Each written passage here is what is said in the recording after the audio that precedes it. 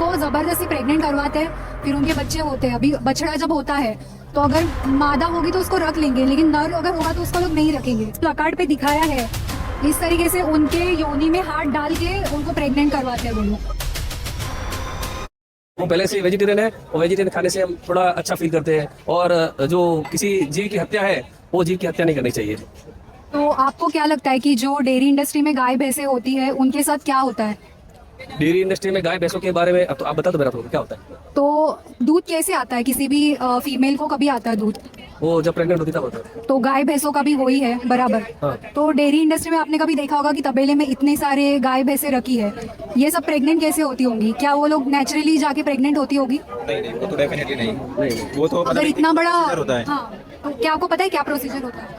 मैं उनका नाम भैया बीज दान कर रहे हैं। वो इंजेक्शन मार के उसको कर रहे एक हैं। तरीके से वो ऐसा ही कुछ जो होता है वो एक जो बोलते हैं ना कि जैसे काइंड ऑफ स्पर्म वो इंसर्ट करते हैं मैन्युअली, तो उसको हम बोलते हैं बिंददान, जो कि गुजराती के अंदर हाँ, जैसे हिंदी में हम लोग बोल सकते हैं कृत्रिम गर्भाधान या फिर इंग्लिश में आर्टिफिशियल इंसेमिनेशन। तो अभी जैसे इस प्लकार्ड पे दिखाया है इस तरीके से उनके योनि में हाथ डाल के उनको प्रेग्नेंट करवाते हैं वो लोग। तो क्या ये एक तरीके से अब्यूज नहीं हुआ उसका? बिल्कुल तो वही हुआ। है ना? तो अब हमको मतलब गाय का दूध पकड़ने की वजह से तो आप ये सब जानने के बाद आपको क्या लगता है कि पीना चाहिए? और तो पीना आप तो बोल रहे हो तो हमको तो फंसा दिया आपने। अरे ऐसे कैसे फंसा दे? आपको तो पहले से पता था। नहीं पीते। नहीं आप जाइए ना। ये जो क्रुएलिटी जो आप बोल रहे हो उसके बारे में हमें नहीं पता था, क्योंकि हम लोगों के यहाँ पे तो जो तबेले होते हैं वो तो हमारे सराउंडिंग होते हैं, हमको बताइए कि वो लोग कैसे करते हैं। ठीक है, वो नेचुरली आते हैं, रिकॉर्डिंग चालू चलो। वो नेचुरली होते हैं। ठीक है, तो जो आप बोल रहे हो वो माइट भी पॉसिबल है in metro cities and everywhere else, but I don't think in our area it is possible because we know inside out in our area. तो वो कमर्शियल है जो तबेला जिसकी आप बात कर रहे हो, वो लोग बेचते हैं दूध, कमर्शियली बेचते हैं। तो आपने वो क्या करते हैं, वो जनरली हमारे एरिया में क्या करते हैं कि वो अपने लाइक हमारा घर है, ठीक है, और कोई बंदा है जो दूध वाला है, ठीक है, जिसके घर गाय भैंस है, जिनका खेतों का काम है, तो बेसिकली वो क्या करते हैं, हमको पूछते आते हैं कि भाई आपको लेना है, हर दिन मैं आपको दे दूंगा, ठीक है। तो हम लोग वही करते हैं, तो उनको मना, हम बोलते हैं ठीक है कोई बात नहीं। तो जो जिस हिसाब से रेट्स वगैरह तो डिफरेंट चीज होती है, पर जिस हिसाब से वो लोग करते हैं वो इस तरह से करते हैं। बाकी जो आप बोल रहे हो वो आई थिंक, क्योंकि मेरे खुद मामा का घर है, उनके घर भी यही है, फिर हमारे कई सारे लोग हैं, ठीक है, मेरा जो पूरा है हम लोग फार्मेसी है, because we are family, we are Patel, so Patel is kind of Patidar, Patidar is all are like a farmers, right. तो हमको तो पता होता है कि इनमें कैसा होता है। लाइक मेरे जो मम्मी पापा थी वो भी, मेरे मम्मी पापा थे वो भी इसमें ही थे, ठीक है, हमारे घर भी भैंस वगैरह थे, और मतलब मेरे दादा दादी भी वही थे, ठीक है। उनके आगे मेरे मामा, जब मैं बड़ा हुआ, ठीक है, मेरे घर पे वो नहीं थे, बट मैं मामा के घर गया, वहाँ पे बिल्कुल वही था।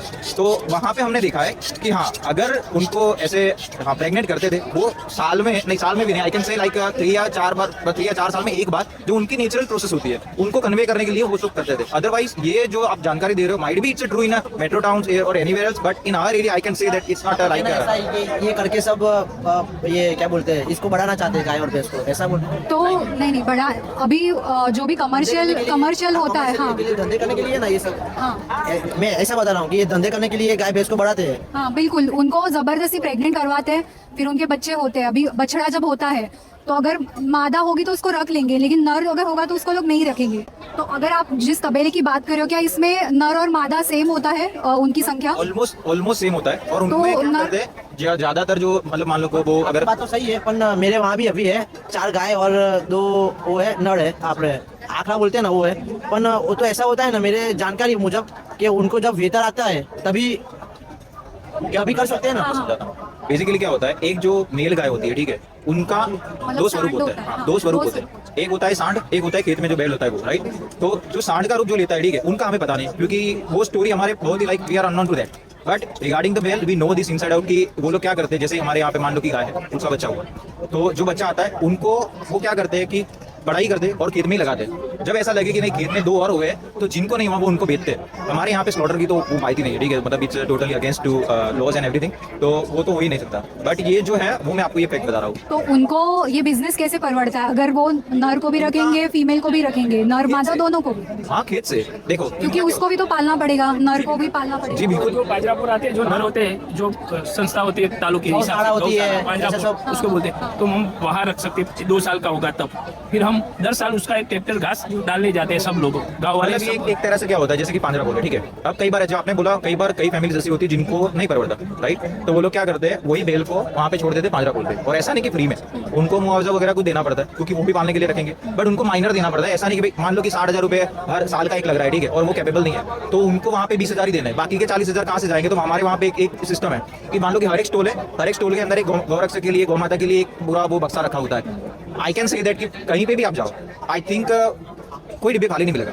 मैं बोल सकता हूँ, आप कहीं पे भी जाओ, अगर मैं जा रहा हूँ, ठीक है, मैं खुद ऐसा ही करता हूँ। लाइक अभी हम जा रहे हैं सलून के अंदर, जा रहे हैं 20-30 रुपए बचते हैं, ठीक है, और वहाँ पे डब्बा है, तो मैं खुद डालता हूँ।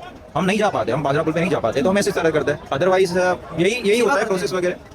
जनरली हमारा बिजनेस है, देखो रियल एस्टेट का बिजनेस है हम लोग का, तो हम लोग क्या करते हैं कि हमारे यहाँ पे जब भी हमारा बिल्कुल साइड में है, तो जब भी ऐसा लगता है उनको कि हाँ हमें ये कुछ चाहिए वगैरह, राइट, तो वो हमें कांटेक्ट करते हैं। इनका भी तबेला ये 20 गाय हाँ, रखते थे। इनके भी था। तो अभी आपने क्या किया, आप बिजनेस नहीं कर? इसमें मेरे को गाय के रखने का आदमी नहीं था, इसलिए मैंने अभी मैं वहाँ पे मैन पावर की कमी है। अब क्या हो रहा है कि मैन पावर जनरली शिफ्ट हो रहा है, ठीक है। अब टाउन से वो लोग जा रहे हैं सिटी के अंदर, अब टाउन के अंदर मैन पावर नहीं मिलेगा तो क्या करेंगे, राइट। जो बंदे जो सक्षम थे, जो करने के लिए वो कर सकते थे, ठीक है, अब ऐसे मैन पावर हमें नहीं मिलते। तो खेत के अंदर क्या होता है, जनरली लोग नहीं कर पाते, मतलब मैन पावर ही नहीं होगा तो क्या करेंगे, राइट। तो तभी वही एक कारण है कि वहाँ से वो लोग शिफ्ट हो रहे हैं। कई सारे लोग मतलब रोजगारी के कारण शिफ्ट हो रहे हैं। किसी के लाइक हमारे यहाँ पे क्या था, इनका जो एग्जाम्पल है, ये बोल रहे हैं कि मुझे नहीं परवड़ता, राइट, तो ये क्या करेंगे, दूसरा कोई बिजनेस स्टार्ट करेंगे, और इसको कहाँ पे बेचेंगे। अब जो गाय भैंस है उनको कहाँ पे बेचेंगे, तो ऑब्वियसली जो बंदा डेयरी फार्मिंग में है ऑलरेडी। तो अच्छी बात है, आप गाय को नहीं बेचते, लेकिन अभी आपने बैल और सांड का बताया बराबर।